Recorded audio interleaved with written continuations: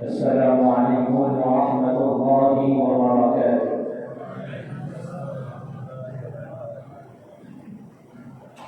نحمده ونستعينه ونستغفره ونؤمن به ونتوكل عليه ونعوذ بالله من شرور أنفسنا ومن سيئات أعمالنا.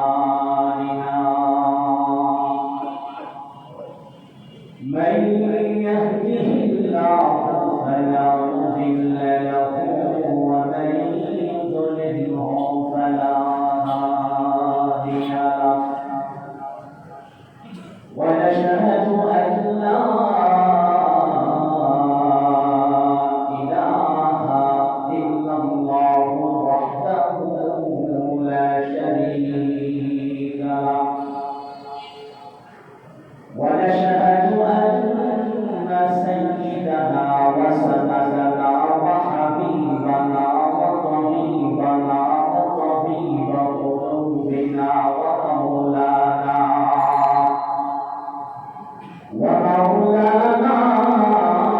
محمدا عبد الله ورسوله الذي أرسله بالحق بشيرا ونذيرا وداعيا إلى الله بإذنه وسراجا منيرا. أما بعد فأعوذ بالله من الشيطان الرجيم. بسم الله الرحمن الرحيم. إنه من يشرك بالله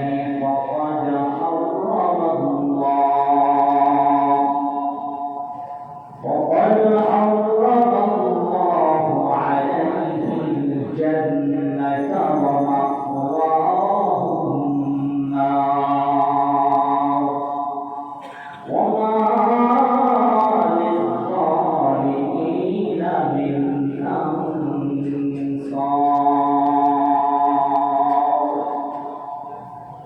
وقال تعالى: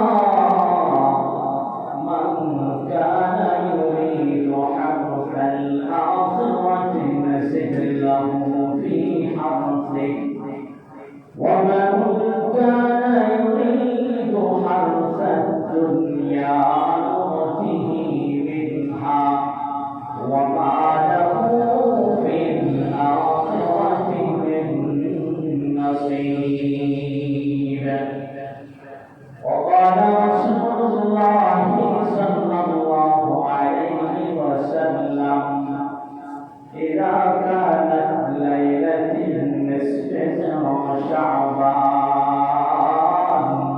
فقوموا ليلها وصوموا يومها فإن الله تعالى ينزل فيها لغروب الشمس إلى السماء الدنيا فيقول: أنا من مستغفر فأغفر له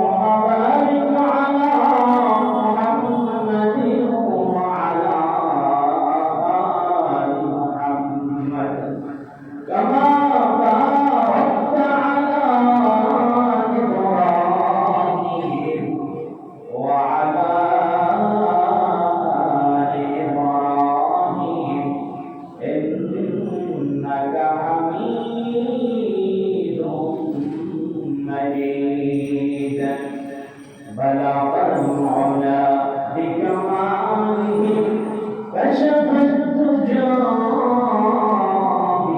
بجماله حسنت جميع خصاله صلوا عليه وآله محمد की निशाना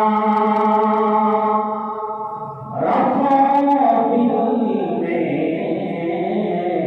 हमेशा मोहम्मद की निशाना रखो दिल में हमेशा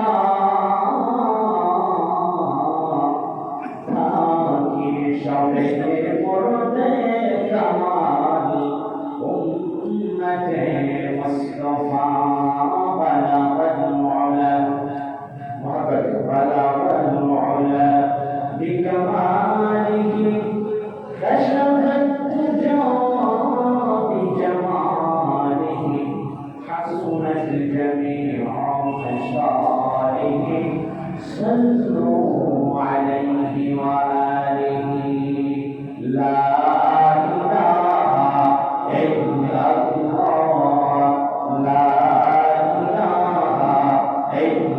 إلا الله لا إله إلا الله لا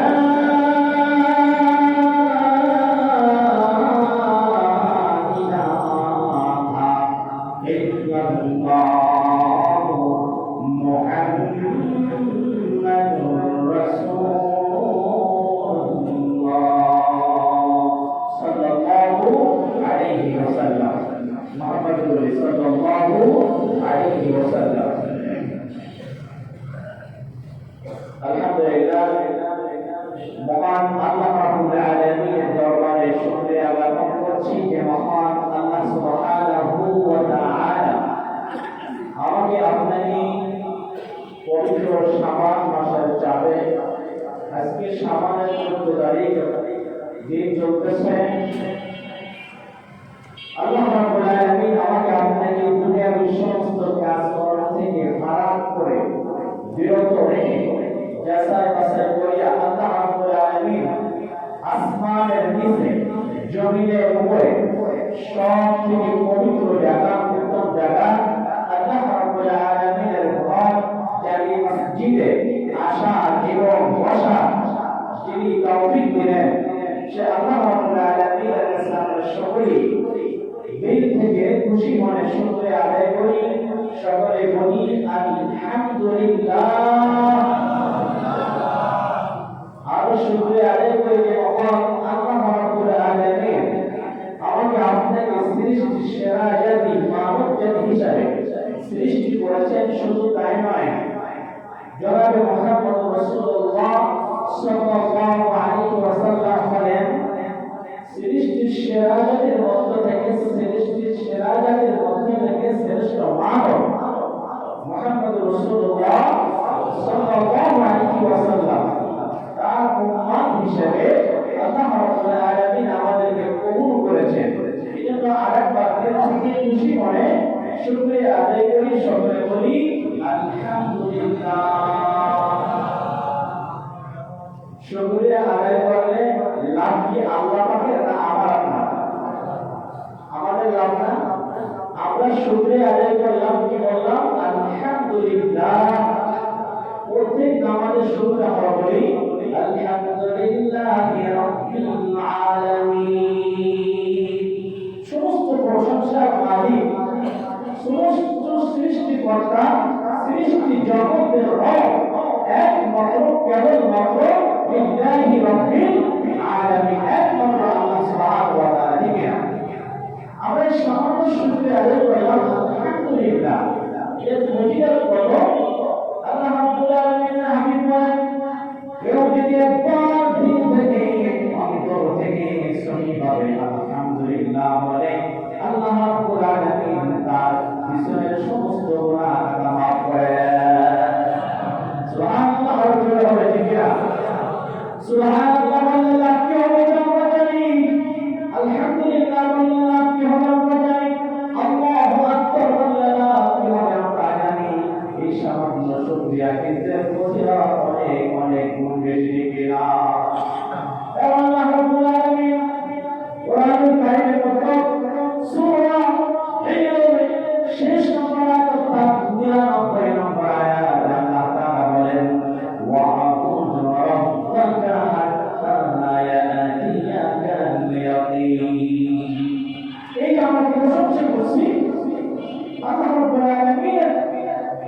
তাসবিহ করা খুশি এটা কি এখানে শেষ?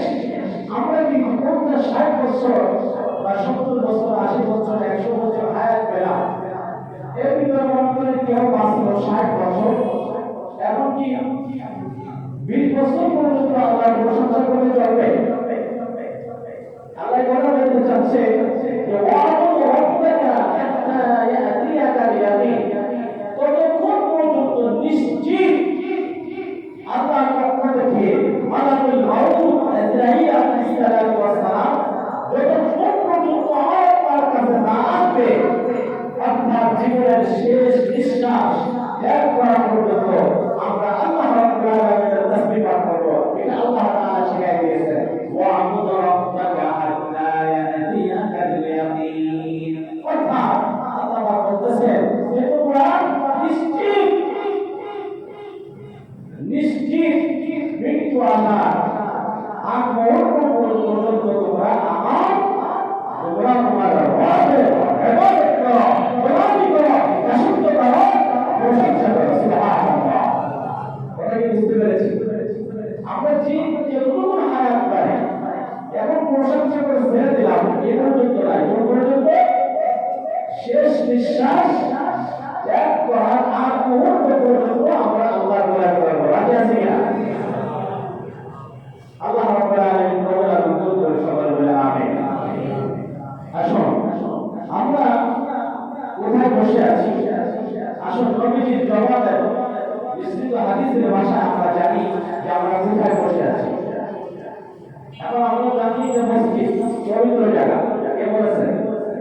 আল্লাহ রাব্বুল আলামিন হাদিস বলেন, আহাব্বুল বিলাদি ইলাল্লাহি মাসাজিদুহা ওয়া আবগাদু বিহা ইলাল্লাহি আসওয়াতুহা। আল্লাহ নবী বলেন, সবথেকে প্রিয় জায়গা হলো আল্লাহ রাব্বুল আলামিনের ঘর মসজিদ। সবথেকে পবিত্র জায়গা, প্রিয় জায়গা হলো আসমানের নিচে জমিনের উপরে আল্লাহ রাব্বুল আলামিনের ঘর। ঠিক না? আমরা এখানে আল্লাহর পবিত্র ঘরে এসেছি, আমরা আল্লাহর পবিত্র বান্দা, অর্থাৎ আমরা পবিত্র হয়ে আল্লাহর ঘরে এসেছি। ঠিক না?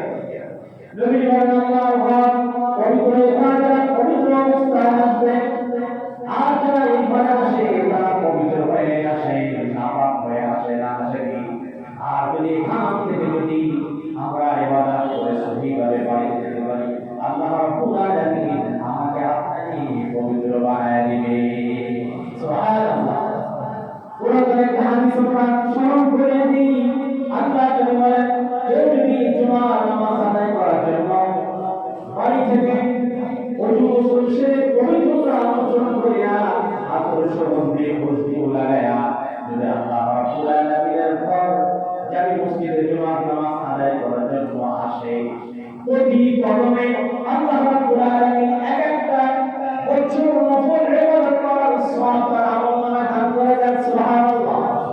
একটা করে গুনাহ করে দেন, একটা করে মর্যাদা আল্লাহ রাব্বুল আলামিন বাড়াইতে থাকে। সুবহানাল্লাহ। শুরু আসার পরে কি করে? নবী বলেন, মসজিদে আসার পরে ওই ব্যক্তি যেখানে ইসলাম বলে জায়গা পাবে, বসার জায়গা পাবে, অন্য একজন বসে আছে, তাকে ওখান থেকে না উঠিয়ে দিয়া, ওখান থেকে না সরিয়ে দিয়া, সে যখন ওইখানে বসবে, বসার পরে তার ভাগ্যে যতটুকু নামাজ জুটবে, নামাজ শেষ করে যখন বাড়িতে যাওয়া হবে, আল্লাহ নবী বলেন, বিগত জুমা থেকে এই জুমা পর্যন্ত যত সগীরা গুনাহ ছিল আল্লাহ রাব্বুল আলামিন মাফ করে দিবে। সুবহানাল্লাহ। সুবহানাল্লাহ জোরে বলেন। সুবহানাল্লাহ লাভ কি আমরা জানি না? বলেন একটু বলবো একবার সুবহানাল্লাহ কেউ বলেন, আল্লাহ রাব্বুল আলামিন হাবিব বলেন, আল্লাহ তার জন্য জান্নাতের ভিতরে একটি গাছ তৈরি করে দেন। সুবহানাল্লাহ। আর এই গাছের ছায়া দূরত্ব কত হবে, কত দূর হবে, কত প্রশস্ততা হবে? আল্লাহ রাব্বুল আলামিন হাবিব বলেন, দুনিয়ার মধ্যে যুদ্ধের ময়দানে একটা নিজস্ব ঘোড়া, সে যদি 500 বছর পর্যন্ত দৌড়ায় ওই গাছের নিচে, 500 বছর দৌড়ানো ওই গাছের ছায়া অতিক্রম করতে পারবে না।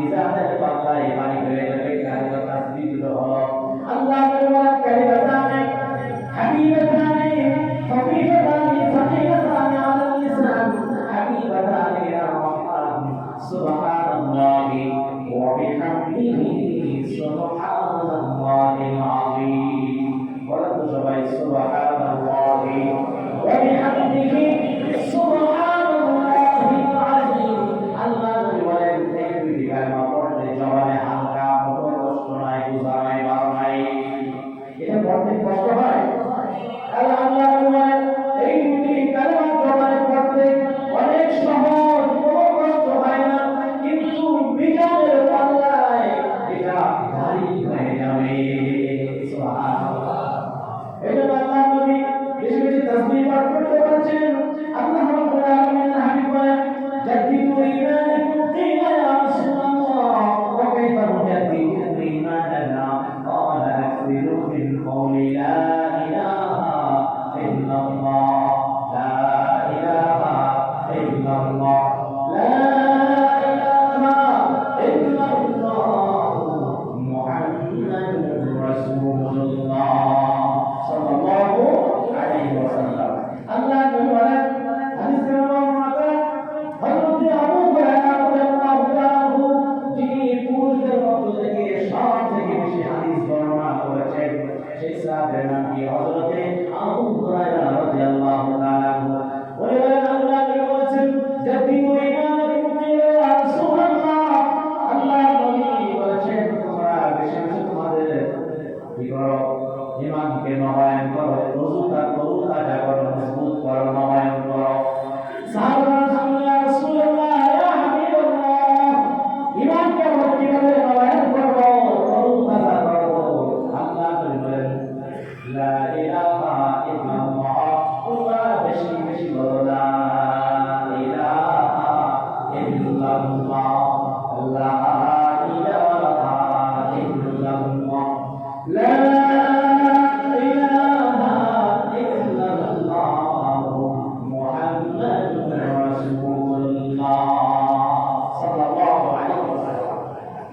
বেশি বেশি আল্লাহ তাআলাকে স্মরণ করতে হবে কে বলেছেন আল্লাহ তো বলেছেন আল্লাহ নবীও বলেছেন বেশি বেশি তাসবিহ পাঠ করার কথা ঠিক না এই যে কি মাস চলতেছে আমাদের মাস থেকে রজব মাস বিদায় নিয়ে শাবান মাস আজকে 14 তারিখ দিন চলতেছে দিবাগত রাত হবে 15 রজনী আমরা অনেকেই বুঝি না অনেকে আমরা বলি সবে বরাত ভাগ্য নির্ধারণ করা হয় আরে ভাই আল্লাহ তাআলা ভাগ্য নির্ধারণ করে রেখেছে আবার আপনার পৃথিবীতে আসার আগে আল্লাহ রাব্বুল আলামিন মায়ের গর্ভে থাকা অবস্থায় আমার আপনার আমি কি খাবো না খাবো কতদিন বাঁচবো না বাঁচবো আল্লাহ রাব্বুল আলামিন এটা আগে থেকে নির্ধারিত করে রেখেছে ঠিক না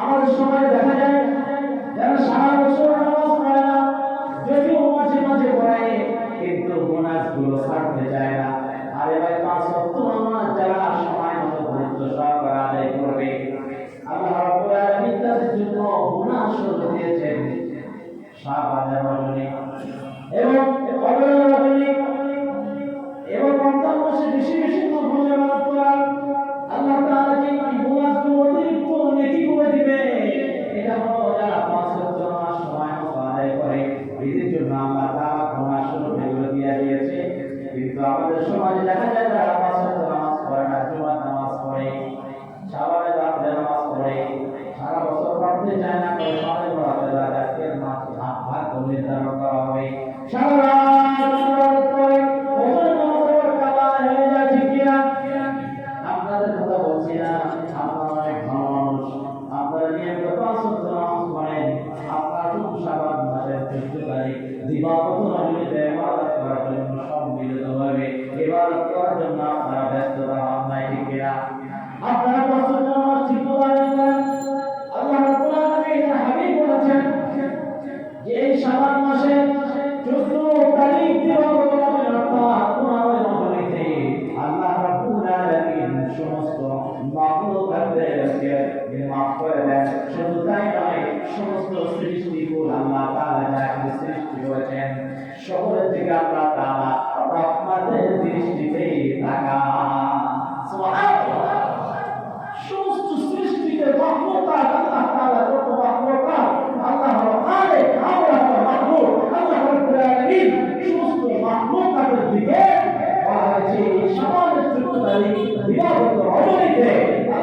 রাব্বুল আলামিন তিনি রহমতের দৃষ্টিতে থাকেন সুবহানাল্লাহ।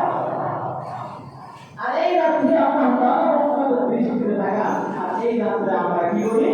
খাওয়া রুটি এগুলো খাওয়ার জন্য আমরা কি করি? ব্যস্ততা হয়ে পড়ি।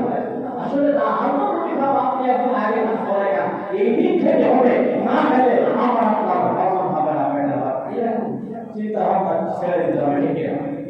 আল্লাহ রাব্বুল আলামিন হাবিব বলেন এই 14 তারিখ দিবাগত রজনীতে আল্লাহ তাআলা সমস্ত মাখলুকাতের দিকে রহমতের দৃষ্টিতে সুনজরে তাকান।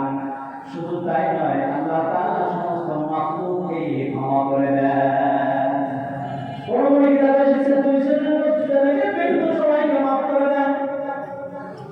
আবার কোন কোন কিতাবে এসেছে 100 মানুষদেরকে বিভিন্ন সবাইকে মাফ করে দেন। কোন কিতাবে এসেছে আরো বেশি মানুষদেরকে বিভিন্ন সবাইকে মাফ করে দেন। আমরা সূরা আসর পড়ি না, পারি না অনেকে। আল্লাহ তাআলা সূরা আসরের মধ্যে কি বলেন? ওয়াল আসরি ইন্নাল ইনসানা লাফি খুসর। আল্লাহ তাআলা এখানে বলেছেন সমস্ত মানুষ ক্ষতিগ্রস্তের মধ্যে, সমস্ত মানুষ ক্ষতিগ্রস্তের মধ্যে, কিন্তু তারা ব্যতীত যারা ইল্লাল্লাযীনা আমানু ওয়া আমিলুস সালিহাত, যারা ঈমান এনেছে, আমল সালিহা নেক কাজ করেছে, ভালো কাজ করেছে, এদেরকে ব্যতীত আল্লাহ তাআলা বলতেছে সবাই ক্ষতিগ্রস্ত হবে। এবং যারা হকের পথে রয়েছে এবং ধৈর্য ধারণ করেছে, বিপদে আপদে সব অবস্থায় যারা ধৈর্য ধারণ করেছে, এরা কিন্তু সবাই ক্ষতিগ্রস্ত হবে। ঠিক না? এখানে আল্লাহ তাআলা বলতেছে যে আমি সবাইকে মাফ করে দিই, কিন্তু কিন্তু মানে কি আরো কিছু বলার থাকে। ঠিক না? আল্লাহ রাব্বুল আলামিন হাবিবের কথা বলেছেন, আল্লাহ রাব্বুল আলামিন সমস্ত মাখলুকাত বিশেষ ক্ষমা করে দেন, কিন্তু দুই শ্রেণীর লোকদের ব্যতীত। এক নম্বর হলো যারা শিরক করে, দুই নম্বর হলো যারা হিংসুক, যারা হিংসা করে, যাদের ভিতরে হিংসা জমে আছে, এই দুই শ্রেণীর লোকদেরকে আল্লাহ তাআলা সবাইকে মাফ করে দেন। সুবহানাল্লাহ। কোন কিতাবে এসেছে যারা মা-বাবার নাফরমানি করে, মা-বাবাকে অসন্তুষ্ট করে, এদেরকে আল্লাহ সবাইকে মাফ করে দেন। কোন কিতাবে এসেছে যারা শরাব মদ পান করে, অহরহ নিয়মিত একবার যারা করে নিয়মিত মদ শরাব পান করে, এদেরকে আল্লাহ তাআলা সবাইকে রাত্রে মাফ করে দেন। আবার কোন কোন কিতাবে এসেছে যারা প্রতিবেশীর হক নষ্ট করে, প্রতিবেশীর হক নষ্ট করে, এদেরকে আল্লাহ তাআলা রাত্রে ক্ষমা করেন না। নাউযুবিল্লাহ। তাহলে আমরা কতগুলো আরো আছে বিভিন্ন কিতাবে বিভিন্ন জায়গাতে বিভিন্ন বর্ণনা রয়েছে। তাহলে হিংসুক অর্থাৎ যারা হিংসা করে, আল্লাহ রাব্বুল আলামিন হাদিসের মধ্যে বলেন, আমি এটা বুঝাতে চাচ্ছি যে হিংসা করলে লাভ আছে না ক্ষতি আছে। আল্লাহ নবী বলেন ইয়াকুম ওয়াল হাসাদা ফাইন্নাল হাসাদা ইয়াকুলুল হাসানাতি কামা তাকুলুন নারুল হাতাব আও কামা ক্বালা নবী আলাইহিস সালাতু ওয়াসসালাম। আল্লাহ নবী বলেন ইয়াকুম ওয়াল হাসাদা ফাইন্নাল হাসাদা ইয়াকুলুল হাসানাত। নবীজি বলেন তোমরা হিংসা থেকে বিরত থাকো। কি থেকে? তাকে বুঝতে কষ্ট হয়। আল্লাহ নবী বলেন তোমরা হিংসা করা থেকে বিরত থাকো। যদি হিংসা করা থেকে বিরত না থাকো, ফাইন্নাল হাসাদা ইয়াকুলুল হাসানাত। আল্লাহ নবী বলেন তোমরা যদি এই হিংসা করা থেকে বিরত না থাকো, তোমাদের সমস্ত ভালো ভালো নেক আমলগুলো সব ধ্বংস করে দিবে। আউযুবিল্লাহ। কেমন ধ্বংস হবে? কেমন জায়গায় প্রবেশ করে দেওয়া হবে? কামা তাকুলুন নারুল হাতাব। আল্লাহ নবী বলেন আগুন যেমন লাকড়িকে খড়িকে যারা যেমন আগুন জ্বালিয়ে পুড়িয়ে ছারখার করে দেয়, তেমনি ভাবে হিংসা তোমাদের নেক আমলগুলোকে এভাবে আগুনে যেমন লাকড়ি দেওয়া হয়, লাকড়ি যেমন জ্বালিয়ে পুড়িয়ে ছারখার হয়ে যায়, হিংসা যারা করবে আল্লাহ নবী বলেন তাদের আমলগুলো ভালো ভালো আমলগুলো এভাবে আগুনে যেমন লাকড়ি পুড়িয়ে জ্বালিয়ে পুড়িয়ে ছারখার করে দেয়, যেমন তোমাদের নেক আমলগুলো এভাবে জ্বালিয়ে পুড়িয়ে ছারখার করে দেওয়া হয়। কথা কি বুঝতে পেরেছেন? এই হিংসা একটা হলো হিংসা, আরেকটা হলো ঈর্ষা। হিংসা করা যায় না, ঈর্ষা করা যায়। ঈর্ষা হলো ঈর্ষা হচ্ছে আমার ভাই নামাজ পড়ে 5 ওয়াক্ত, আমি নামাজ পড়তে পারবো না, আমি ভাই 5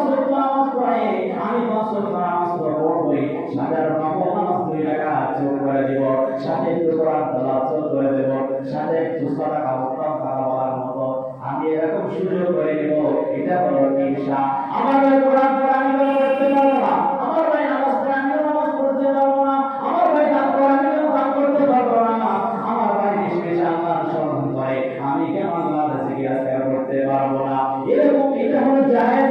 ঈর্ষা এটা জায়েজ আছে। আর হিংসা হলো আমি আমার ভাই পাঁচতলা বাড়ি করেছে, আমার সুদ বা সমিতির মাধ্যমে সুদে বা লোনে আমার পাঁচতলা বাড়ি করতে হবে, না আমাদের দুইতলা বাড়ি করতে হবে, এটা হিংসা। আরে ভাই একবার ব্যবসা করা মাসে 10 লাখ কামায়, আমারও কামাই করতে হবে, বৈধ হোক অবৈধ হোক প্রতিযোগিতা চলে, এভাবে করে হালাল হারাম না বাঁচিয়ে আনা তারা হিংসা বলো, প্রতিযোগিতা বলো, দুনিয়ার কাছে ব্যস্ত হয়, এদেরকে বলা হয়েছে হিংসা। এই হিংসা করা জায়েজ নাই, ঈর্ষা করা যায়। বুঝতে পারবেন? বুঝতে পেরেছেন? ঈর্ষা করা যায়, আমি নামাজ পড়তে পারি আর এক ভাই কেন নামাজ পড়তে পারে না, এরকম নাকি? না আর এক ভাই নামাজ পড়ে আমি কেন পড়তে পারবো না? এবার প্রতিযোগিতা করা, আল্লাহ বলছেন একটা প্রতিযোগিতা করা, অন্যায় কাজ থেকে বিরত থাকা। আসলে যে কথা বলতেছিলাম মনে আছে তো? হিংসা এমন একটা জিনিস যে আমলগুলো সব ধ্বংস করে দেয়। নাউজুবিল্লাহ। আর আল্লাহ তাআলা হাবিবকে বলেছেন যারা শিরক করে তাদেরকে আল্লাহ তাআলা এই রাতে ক্ষমা করেন না। কথা ঠিক, শিরকটা কিন্তু মস্ত বড় জুলুম। আল্লাহ তাআলা বলেছেন ইন্না শিরকা লাযুলমুন আযীম, নিশ্চয় শিরক হলো মস্ত বড় জুলুম। আর জুলুম সেদিন কিয়ামতের ময়দানে এমন ভয়ানক অন্ধকার হয়ে আসবে, কারণ আল্লাহ তাআলা কিয়ামতের দিন বলবে কি আল-ইয়াওমা তুজজা কুল্লু নাফসিন বিমা কাসাবাত বিমা কাসাবাত লা যুলমা আল-ইয়াওম ইন্নাল্লাহা সারিউল হিসাব।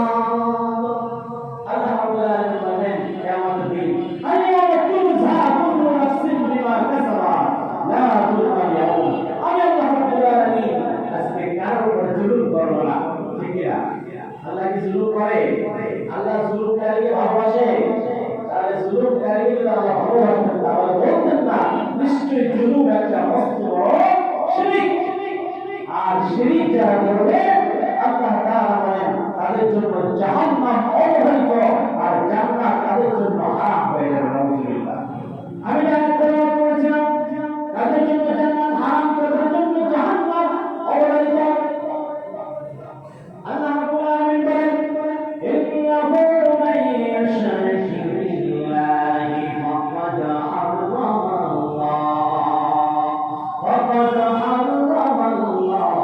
আলাইহিল জান্নাতা ওয়া মা'ওয়াহুন নার ওয়া মা লিয-যালিমিনা মিন আনসার।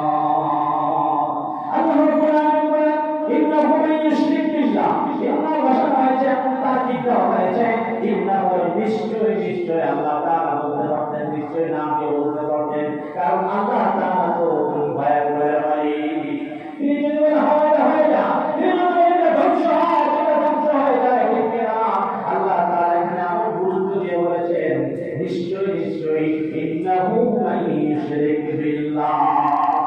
যারা আল্লাহ রাব্বুল আলামিনের সাথে শরীক সাব্যস্ত করে, অন্যকে ইলাহ বলে দাবি করে, অন্যকে আইনদাতা হিসেবে মেনে নেয়, বিধানদাতা হিসেবে মেনে নেয়, এই কথা বিশ্বাস করে না একমাত্র আল্লাহ আইনদাতা, বিধানদাতা, রিজিকদাতা, হায়াতদাতা, মৃত্যুদাতা, এই কথা যারা বিশ্বাস করে না, অন্যকে যারা মাবুদ বলে স্বীকার করে, তখন হারামাল্লাহু আলাইহিল জান্নাহ।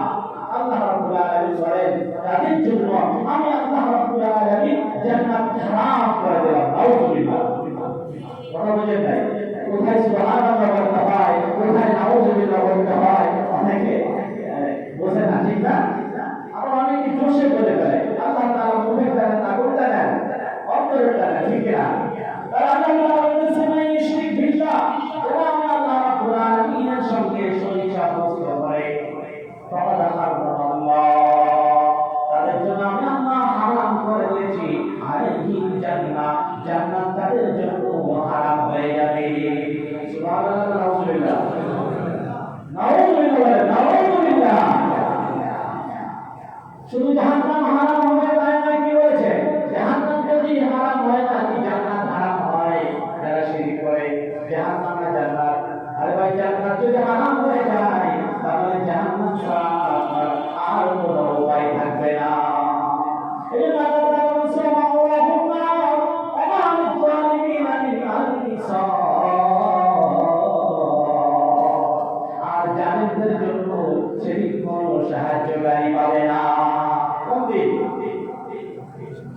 মালিক ইয়াউমিদ্দিন, বিচার দিবসের মালিক, সেই কিয়ামতের ময়দানে তার জন্য কি হবে? কোন সাহায্যকারী সে পাবে না। যারা কি করবে? শিরক করবে। এই জন্য আল্লাহ তাআলা বলছেন যে এই রাতে তাদের সবাই ক্ষমা করে দেন, কিন্তু যারা শিরক করে এবং হিংসা তো আগেই বলে ফেলেছে ঠিকেরা, তাহলে যারা শিরক করবে তাদেরকে আল্লাহ তাআলা ক্ষমা করবেন না। যারা শিরক করে তাদেরকে আল্লাহ তাআলা কি করবেন না? ক্ষমা করবেন না। আল্লাহ রাব্বুল আলামিন এই শিরকের জন্য আরো কঠোরভাবে বলে দিয়েছেন, ওয়া মান ইউশরিক বিল্লাহি ফাকান্নামা খাররা মিনাস সামাই ফাতাখাত্তাফুহু আত-তাইর। আল্লাহ তাআলা বলে দিয়েছেন, যারা শিরক করে ফাকান্নামা খাররা মিনাস সামা, সে যেন আসমান থেকে পড়ে গেল, অথবা আসমান থেকে তাকে উল্টা মুখী করে জমিনে কোথাও আছাড় মারা হলো। নাউযুবিল্লাহ। ফাতাখাত্তাফুহু আত-তাইর আও তাহওয়ি বিহি আর-রিহ ফি মাকানিন সাহিহ, তাকে যেন আকাশ থেকে উল্টা মুখী করে পাঠানো হলো, না হয় দূরে কোথাও নিয়ে তাকে আছাড় মারা হলো। নাউযুবিল্লাহ। তাহলে আল্লাহ তাআলা বলেছেন, ফালিয়ামাল আমালান সালিহান ওয়া লা ইউশরিক বিইবাদাতি রাব্বিহি আহাদা। তোমরা আল্লাহর কোরআন পড়বে, আল্লাহর সঙ্গে আমার ইবাদতের সঙ্গে ওয়া লা ইউশরিক, শিরক করবে না। যদি আমার ইবাদতের সঙ্গে যদি অন্য কাউকে শরীক সাব্যস্ত না করতে পারো, তাহলে কি হবে? তোমাদের জন্য আমি আল্লাহ রাব্বুল আলামিন জান্নাত রেখে দিয়েছি। সুবহানাল্লাহ। আমরা সবাই জান্নাত যেতে চাই কি চাই না? আমরা একটা আয়াত করেছিলাম, এই যে পরকালে যে তাদের ভাগ্যে নসিব হবে না। যারা দুনিয়ার মধ্যে আল্লাহ রাব্বুল আলামিন বলেন, মান কানা ইয়ারিদু হারসাল আখিরাতি নাজিদ লাহু ফি হারসি ওয়া মান কানা ইয়ারিদু হারসাদ দুনিয়া নু'তিহি মিনহা ওয়া মা লাহু ফিল আখিরাতি মিন নাসীব। আল্লাহু আকবার।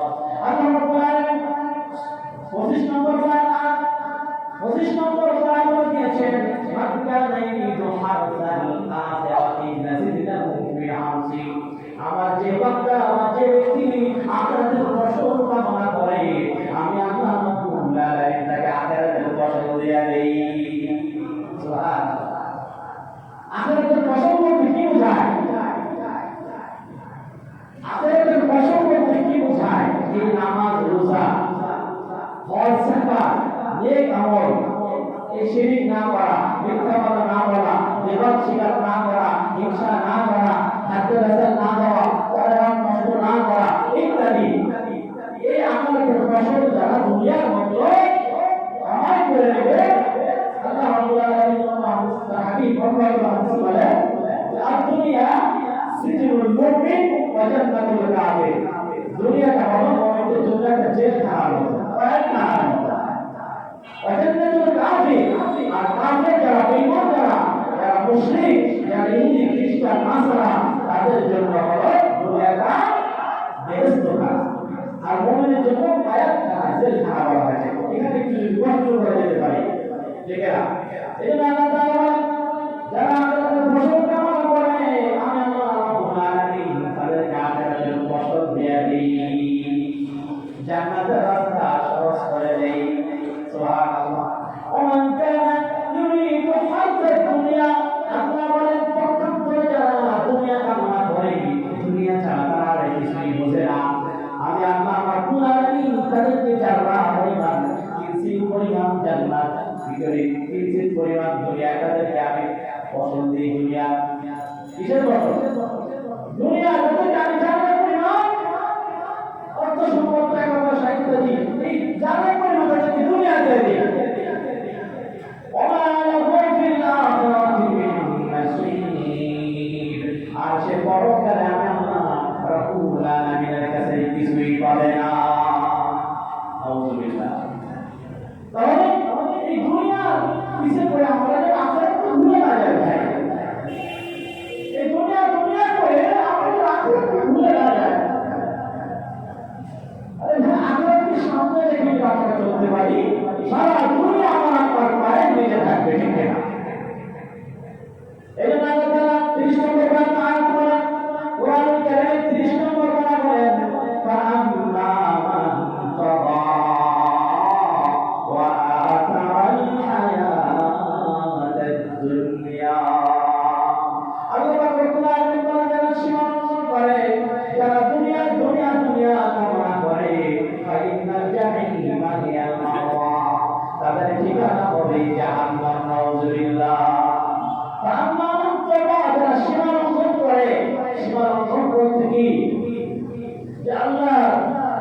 বিধানগুলো আছে, আল্লাহর হুকুম নবীর তরিকায় যেভাবে চলার কথা এভাবে আমরা চলি না। আল্লাহ তাআলা যেভাবে আদেশ করেছেন, যেভাবে নির্দেশ দিয়েছেন, নবী সাল্লাল্লাহু আলাইহি ওয়াসাল্লাম যে কাজগুলো করতে বলেছেন, যে কাজগুলো করা থেকে বিরত থাকতে বলেছেন, এগুলো হচ্ছে ইসলামের সীমারেখার ভিতরে থাকা একটা কি করেছেন নিয়ম আল্লাহ তাআলা মাথায় দিয়েছেন।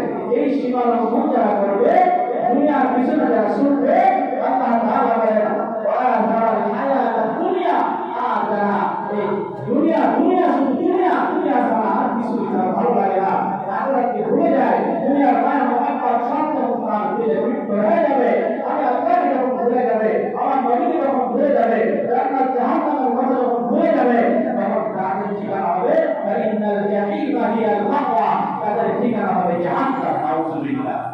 প্রথম বলেন ওয়া আম্মা মান খাফা মাকামা রাব্বিহি ওয়া নাহা আন-নাফসা আনিল হাওয়া। আল্লাহ রাব্বুল আলামিন বলেন, যারা নিজেদের নফসকে, নিজেদের আত্মাকে, নিজেদের দিলকে, মনকে অভ্যাস ফাহিশা কথা থেকে যারা তাদের নিজেদের জবানকে, নফসকে হেফাজত করবে, আল্লাহ তাআলা বলেন ফাইনাল জান্নাতা হিয়াল মাওয়া, তাদের ঠিকানা হবে জান্নাত। সুবহানাল্লাহ। তাহলে আমরা সবাই জান্নাতে যেতে চাই কি চাই না? সবাই জান্নাতে যেতে চাই না? আল্লাহ রাব্বুল আলামিন আমাদেরকে কবুল আর মঞ্জুর করুন, সবাই বলে আমিন। আসুন কি বলে বলতেছিলাম, সবে বরাত হয়ে যাওয়া, আসলে সবে বরাত না, হাদিসের মধ্যে এসেছে লাইলাতুল নিসফি মিন শাবান, হাদিসটার কোনো অর্থ বলে নাই, মনে আছে তো? রাসূলুল্লাহ সাল্লাল্লাহু আলাইহি ওয়াসাল্লাম আল্লাহ তাআলা বলেন ইযা কানাত লাইলাতুল নিসফি মিন শাবান ফাকুমু লাইলাহা ওয়া সুমু ইয়াওমাহা ফাইন্নাল্লাহ তাআলা ينزل فيها بنور الشمس إلى السماء الدنيا فيقول على من مستغفر فأغفرها، على مستغفر فأرزقها، على مبتلى فأعافيها، على كذا حتى يطلع الفجر، أو كما قال النبي عليه الصلاة والسلام। এই যে সবে বরাতের রজনী আমরা বলি, অর্থাৎ শাবানের 14 তারিখ ইবাদত রজনী করা হয়, এই রাতটা আমাদের করণীয় কি, অর্জনীয় কি, এটা জানা দরকার আছে কিনা? সবাই তো জানি, তারপরে একটু স্মরণ করাই দিই। এই রাতে বেশি বেশি করে মোমবাতি জ্বালানো, ভটকা, বাজি, বোম এগুলো ফুটানো নাকি? নাউযুবিল্লাহ।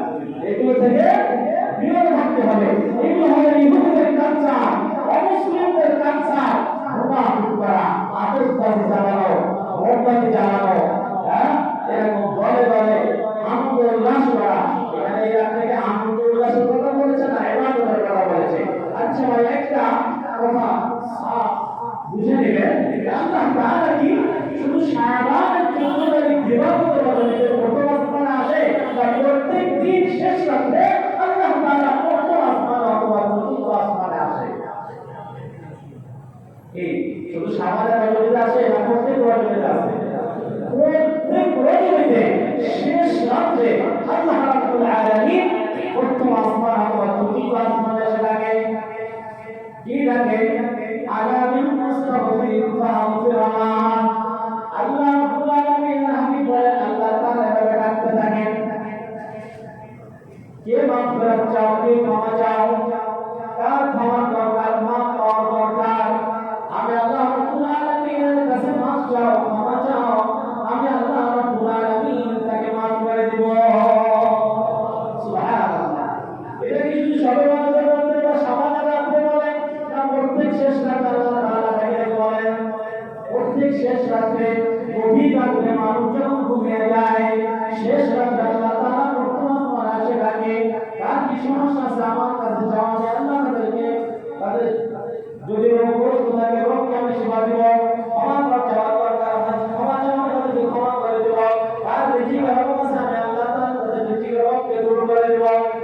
এগুলো তারা রাখতে থাকে, ঠিক না? হাদিসের মধ্যে এসেছে, হাদিস আসছে নবী সাল্লাল্লাহু আলাইহি ওয়াসাল্লাম এই শাবানের 14 তারিখ দিবাগত রাতে সিজদায় পড়ে আল্লাহ রাব্বুল আলামিনের হাবিব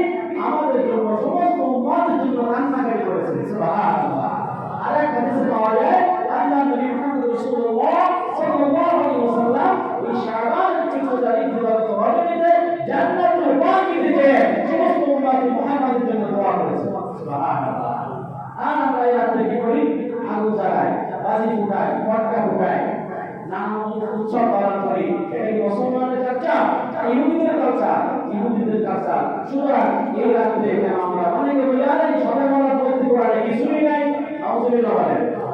আবার কেউ বলে আরে সারা রাত জেগে জেগে এক জায়গায় বসে ইবাদত করতে হবে, জিলাপি খেতে হবে, বারুটি খেতে হবে, মিষ্টি খেতে হবে, ফজরের নামাজ আমাদের সাথে না পড়লে সমস্যা নাই, নাউজুবিল্লাহ। এরকম একদল আছে, কেউ আছে সবে বরাত নাই, আর কেউ আছে এইটা এমন ভাবে করতে হবে না করলে কাফের হয়ে যাওয়া, বেদিন হওয়া, ইহুদি হওয়া, খ্রিস্টান হওয়া, নাসারা হওয়া। ওরা সঠিক না। সঠিক কোনটা? আল্লাহ তাআলা হাবিব এই রাতে জাগরণ থাকার কথা বলেছেন। বেশি বেশি নফল নামাজ, বেশি বেশি জিকির আজকার, বেশি বেশি কোরআন তেলাওয়াত, বেশি বেশি আল্লাহর কাছে কান্নাকাটি করা, বেশি বেশি নামাজগুলো কাজা হয়ে গেছে না, এগুলো খুঁজে খুঁজে মৌলিক কাজা করা, তারপর সালাত তাসবিহ নামাজ আদায় করা, বেশি বেশি ইস্তিগফার করা, আল্লাহর কাছে চাওয়া। এই রাতে হলো সারা রাত জেগে যেন আমরা কাটাই দিতে পারি। তার মানে এমন নয় যে এই মসজিদে বসে আমাদের সকলের একসাথে বসে নামাজ পড়তে হবে, একসাথে মোনাজাত করতে হবে, একসাথে জিকির আজকার করতে হবে, এটা নয়। এটা বলা হয়েছে শরীয়তে হাদিসে আসছে, এটা আমরা এককভাবে একা একা আপনি 2 রাকাত করে 4 রাকাত করে যতটুকু সম্ভব আপনি নামাজ আদায় করবেন, যে কোনো সূরা দিয়া। অনেকে বলে 37 বার, 72 বার, 99 বার, সূরা ফাতিহা একবার, সূরা ইখলাস 40 বার, সূরা তাকাসুর 72 বার। এরকম কোনো নিয়ম নীতি ইসলামে নাই। আপনি যে কোনো সূরা দিয়া 2 রাকাত করে নফল নামাজ, অন্য রাতে যেমন নামাজ পড়েন নফল নামাজ, এই রাতেও পড়েন। নিয়ত করে নিয়তও তো ভেজা, তাহলে সামান্য বলেনি এটা বলতে পারে, কিন্তু বলে সবে বরাতের নামাজ। সবে বরাতের কি নামাজ? বলেন তো সবে বরাতের নামাজ না শাবান মাসের রজনীতে আমি 2 রাকাত নফল নামাজ আদায় করতেছি, নিয়ত কি এরকম হবে না? আপনি এভাবে নিয়ত করতে পারেন আমি শাবানের রজনীতে 2 রাকাত নফল নামাজ আদায় করতেছি, আল্লাহু আকবার, এভাবে বলতে পারেন। কিন্তু নামাজ হলো নফল, নামাজ হলো নামাজ পড়া কি ফরজ। সুন্নাতে মুআক্কাদা যে 12 রাকাত আছে এটা পড়া সুন্নাত, আর বেতন নামাজ পড়া ওয়াজিব, জানাজা নামাজ পড়া কি ওয়াজিব কিফায়া, ঠিক না? আর অর্থাৎ ফরজ, ওয়াজিব, সুন্নাত ব্যতীত যত নামাজ আছে সব নামাজ নফল নামাজ। সুতরাং এই লাইলাতুল এটা আমরা বলার বলি আসলে না, ওটা শাবানের রজনী, ঠিক না? সুতরাং এই রাতে আমরা 2 রাকাত করে নামাজ পড়বো, যে কোনো সূরা দিয়া আপনি রিয়ায় করতে পারেন। এরকম কোনো নিয়ম নীতি নাই যে সূরা ইখলাস 70 বার, 72 বার, 11 বার, 11 বার পড়তে হবে। আর ফজিলত তো আছে, কিন্তু ওখানে অতিরিক্ত করি কেন? সূরা ইখলাস 3 বার পড়লে এখন পড়ার সওয়াব হয়। আর এটা আপনি নিজে উঁচু করে উঁচু করে এক জায়গায় বসে একা করেন, আপনার সওয়াব আল্লাহ তাআলা দিবে, ঠিক না? কিন্তু ওই রাতে আপনার সূরা ইখলাস 70 বার, 80 বার, 90 বার, 76 বার পড়তে হবে, এরকম কোনো নিয়ম নাই। আল্লাহ জুলুম করেন না, আল্লাহ জুলুম কারণে ভালোবাসেন না, ঠিক না? আপনার স্বার্থ সামর্থ্য অনুযায়ী আপনি যতটুকু সম্ভব নামাজ আদায় করবেন, জিকির আজকার করবেন, আল্লাহ রাব্বুল আলামিন কবুল করে নেবেন। সকলে বলেন আমিন। আল্লাহ রাব্বুল আলামিন আমাদের গান্ধী কথা বলতেছিলাম যে তাহলে করণীয় কি, বঞ্চনীয় কি? এই রাতে আমরা যেন রাতটা যেন অবহেলায় কাটাই না দিই। হাদিসে এসেছে, হাদিসটা যদিও একটু দুর্বল কিন্তু হাদিস, তাকুমু লাইলাহা ওয়াসুমু ইয়াওমাহা। আল্লাহ তাআলা হাবিব বলেন যে এই রাতে জাগরণ করা, পরদিন রোজা রাখা। এখন একটা রোজা করাটা কি রয়েছে? একটা রোজা রাখা যাবে না, ঠিক আছে? 2টা রাখতে পারেন, 3টা রাখতে পারেন, 3টা রাখা সুন্নাত। হ্যাঁ, কথা বুঝতে পারছেন? 3টা রাখবেন বা 2টা রাখবেন, একটা না রাখা ভালো। এটা ইহুদি খ্রিস্টানদের কালচার। সুতরাং আমরা যারা রোজা নিয়মিত প্রতি মাসে আমরা 3টা রোজা রাখি, তারা 3টা রোজা রাখতে সুন্নাত আদায় হলো, আর শাবানের রজনীর ফজিলত আদায় হয়ে গেল, সুবহানাল্লাহ, ঠিক আছে? এই জন্য আমরা যেন এই রাত থেকে অযথা অবহেলায় না কাটিয়ে দিই, ঠিক আছে? এবার হাদিসে মতো আসছে, এটা আবার এখানে বললাম সবাই ঘুমায় যাবেন, বলবো আল্লাহ নবী বলেন যে সময় তো বেশি রেখেছেন, যে একদিন সময় দেওয়া যাবে। ছোট্ট একটা ঘটনা বলবো। আসলে আল্লাহ নবী সাল্লাল্লাহু আলাইহি ওয়াসাল্লাম সাহাবা জান্নাতের কথা একজন মহিলা সাহাবী শুনে, ইয়া রাসূলুল্লাহ, ইয়া হাবিবাল্লাহ, আমি স্বামী গ্রহণ করতে চাই। কি চাই? স্বামী গ্রহণ করতে চাই। বলে তুমি কেমন স্বামী চাও? বলে, ইয়া রাসূলুল্লাহ, ইয়া হাবিবাল্লাহ, যে আমার স্বামী হিসেবে আসবে তাকে সারা রাত জেগে জেগে ইবাদত করতে হবে, একটু ঘুমাইতে পারবে না, আর সারাদিন না খাইয়া রোজা রাখবে, কিছু খাইতে পারবে না। সুবহানাল্লাহ। রাস্তায় খারাপ না ইবাদত করা সারাদিন না খাই রোজা থাকা ভালো না খারাপ? তাহলে সুবহানাল্লাহ বলেন। তোমার আল্লাহ বলেন ও মাসাবিরা মহিলাদের আপনার করতেছে সারা শরীরে ইবাদত করতে হবে, সারাদিন না খেয়ে রোজা রাখতে হবে। এই দুইটা শর্ত দিয়ে দিয়েছে তাকে মহিলার সঙ্গে বিবাহ দিয়ে দিব। সুবহানাল্লাহ। কে বলতেছে? আল্লাহ নবী বলতেছে। নবীর সামনে থেকে কেউ বলে না পিছন থেকে সাহাবারা লাফাইয়া ইয়া রাসূলুল্লাহ ইয়া হাবিবাল্লাহ, আমি এই মহিলাকে বিবাহের জন্য প্রস্তুত রাখি আছি। সুবহানাল্লাহ। কে প্রস্তাব দিচ্ছে? মহিলা প্রস্তাব দিচ্ছে আর নবী বলেন কে রাজি আছে? সাহাবা বলতেছে আমি রাজি আছি। সুবহানাল্লাহ। নবী বলেন আমি তুমি শুনেছো এই মহিলাকে বিবাহ করলে তোমার দুইটি শর্ত আছে, কঠিন শর্ত।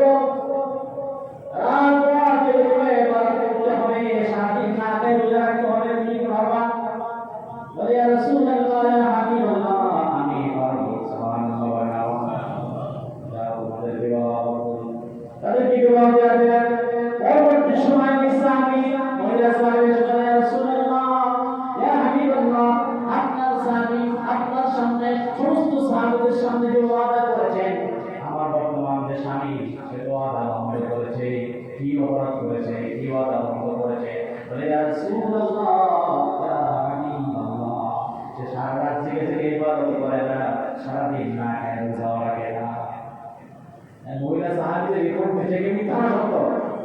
সত্য। ওই সাহাবী কিন্তু অফিসে বসা রাজপথে যাকে ইবাদত করে না, সারাদিন না খায় রোজা রাখে না। নবী বললেন আমার সাহাবী তুমি কি কেন উপস্থিত আছো?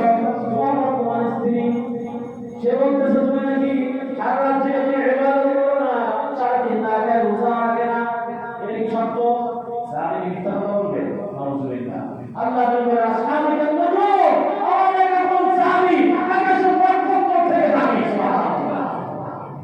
সাহাবীরা তাই ইয়া রাসূলুল্লাহ বলে ইয়া রাসূলুল্লাহ ইয়া হাবিবাল্লাহ হুজুর আমি হারিয়ে আছি।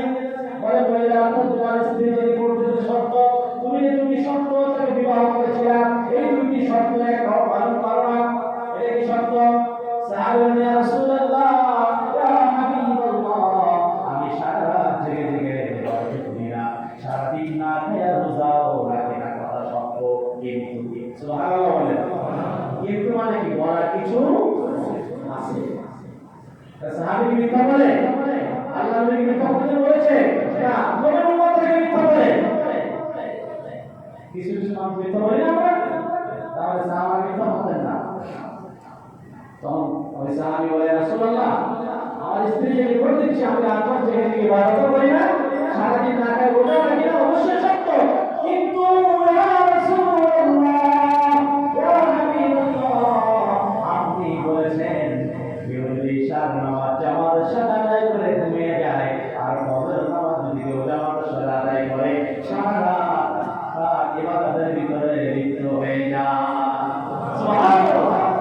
আল্লাহ ওয়াজুল্লাহ কথা রাত থেকে ইবাদত করা দরকার না, সারাদিন নাইমা রোজা রাখা দরকার না। তার মানে সামনে রমজান আসছে, রমজান মাসে রোজা রাখবো না, ইবাদত করবো না, এরকম নাকি? না, নাউযুবিল্লাহ।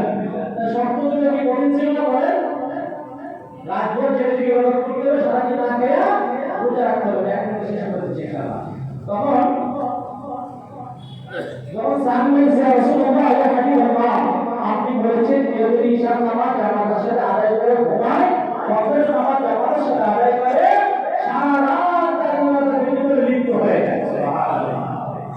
আর ইয়া রাসূলুল্লাহ ইয়া হাবিবাল্লাহ আপনি কথা বলেছেন কেউ যদি রমজান মাসের রোজা রাখে, রমজান মাসের পরে শাওয়াল মাস, এই রমজানের রোজা শাওয়াল মাসের 6টা রোজা যারা রাখে আল্লাহ রাব্বুল আলামিন তাদের আমলনামায় সারা বছর রোজা রাখার সওয়াব দান করে দেন।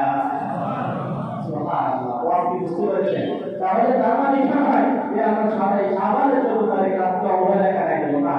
তখন এই যখন এই কথা বলেছে নবী বললেন আমার সাহাবীরা ও মহিলা সাহাবী শোনো, সমস্ত সাহাবীরা শুনে নাও আমি এই কথাও বলেছি যারা ইশার নামাজ জামাতের সাথে আদায় করে ঘুমাবে, ফজরের নামাজ জামাতের সাথে আদায় করবে আর রমজান মাসের রোজা যারা পালন করবে, রমজান মাসের পরে শাওয়াল মাসের 6টা রোজা যারা রাখবে আল্লাহ রাব্বুল বছর রোজা রাখার সওয়াব দান করে দিবে আর সারা জীবন করার সওয়াব আল্লাহ দান করে দেবে ও আমার সাহাবীরা ও আমার নবীরা সাহাবী অর্থাৎ আমার এই সাহাবীর স্ত্রী ও মহিলা আল্লাহর বান্দা আমি এই কথা বলেছি যাও তোমরা এখন থেকে ঘর সংসার করো সুবহানাল্লাহ তাহলে আমরা কি বুঝলাম ঈশা নামাজ ছাড়া যাবে ফজর নামাজ ছাড়া যাবে জোহর আসর নামাজ ছাড়া যাবে তোমার বেশি হয়ে গেছে আমি শেষ করে দিই নাকি যাই হোক আল্লাহ রাব্বুল আলামিন যদি কোনদিন আমার কবুল করে বাকি কথা সামনে বলবো আমরা সর্বশেষ অনুরোধ যেটা এই রাত্রে যেন এই অবহেলা না কেটে যায় আমরা জাগ্রত থাকার চেষ্টা করবো আর পরের দিন যারা ক্লাসে যারা রাখছেন কালকেও রাখবেন আর একটা রাখবেন সমস্যা নাই কিন্তু রাখা সম্ভব ঠিক আছে আল্লাহ রাব্বুল আলামিন আমাদেরকে আমাকে সহ আল্লাহ রাব্বুল আলামিন আমাদের সকলকে এই কথাগুলোর প্রতি আমল করার তৌফিক দান করুন ওয়া আখিরু আলহামদুলিল্লাহি রাব্বিল আলামিন আসসালামু আলাইকুম ওয়া রাহমাতুল্লাহি ওয়া বারাকাতুহু যারা সুন্নাত পড়াটা যারা আমরা যেও সুন্নাত মাহফিলে করব